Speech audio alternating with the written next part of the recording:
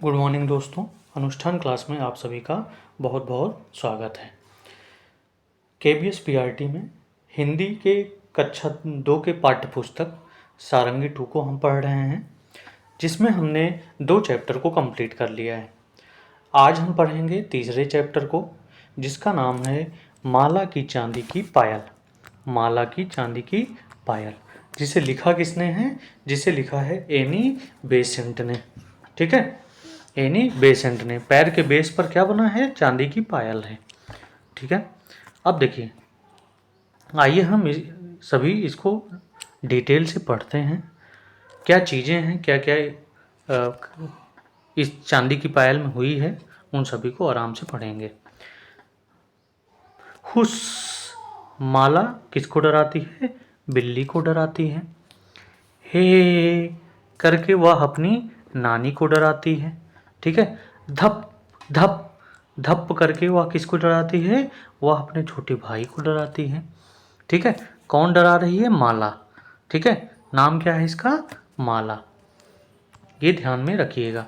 पहले माला बिल्ली को डराती है, उसके बाद नानी को डराती है, उसके बाद छोटे भाई को डराती है, और भऊ करके वह किसको डराती है? वह डाकियों को डराती है। ठीक है, डाकिया।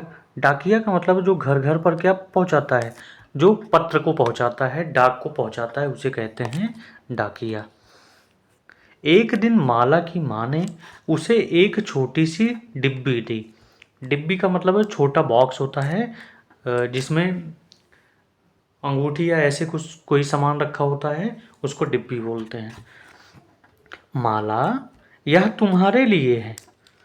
एक दिन माला की माँ ने उसे एक छोटी सी डिब्बी दी और कहा, माला यह तुम्हारे लिए है। फिर क्या हुआ? वे बोली। माला ने जल्दी से डिब्बी खोली, जिसमें उसे मिली नीले कागज में लिपटी प्यारी सी चांदी की पायल। किस कागज में लिपटी है? नीले कागज में लिपटी प्यारी सी चांदी की पायल। ठीक है, उन्हें पहनकर वह पूरे घर में घूमने लगी। छिक छिक छम, छोटे छोटे घुंघरू झनकते। ठीक है, छिक छिक छम। अब माला जहां भी जाती सब जान जाते कि माला आ गई है। छिक छिक छम, माला की हुस्स से पहले बिल्ली कूद गई। ठीक है, छिक छिक छम, माला की हे से पहले नानी पलट गई। छिक छिक छम, माला की धप्प से पहले छोटा भाई बाहर भाग गया। यानी जब उसने पायल पहन ली तो सभी लोग जान जाते माला आ रही है, और सभी लोग बचकर कहीं ना कहीं मुड़ जाते। ठीक है, छिक छिक छम, माला की भाऊ से पहले, यानी माला की भाऊ से कहने से पहले डाकिया भी निकल जाता। इस तरह माला क्या करती? किसी को भी डरा ना पाती, और वह पायल में ही छिक छिक छम में भूली रहती। छिक छिक छम, अब माला किसी को डरा नहीं पाती। तो ऐसे में माला ने क्या किया? माला ने अपनी चांदी की पायल उतार दी, क्योंकि कोई डरता ही नहीं था, इसलिए क्या की माला ने अपनी चांदी की पायल को उतार दी। अब अगर ध्यान से इस कहानी को हम समझें तो इसमें क्या हुआ? पहले माला क्या करती है? बिल्ली को डराती है, फिर नानी को डराती है। किसको किसको डराती है? बिल्ली को, नानी को, छोटे भाई को, डाकिए को। ठीक है, उसके बाद उसकी माँ ने पायल दे दी। अब पायल पहनकर किसी को डराने जाती, कोई डरता ही नहीं, तो क्या करती?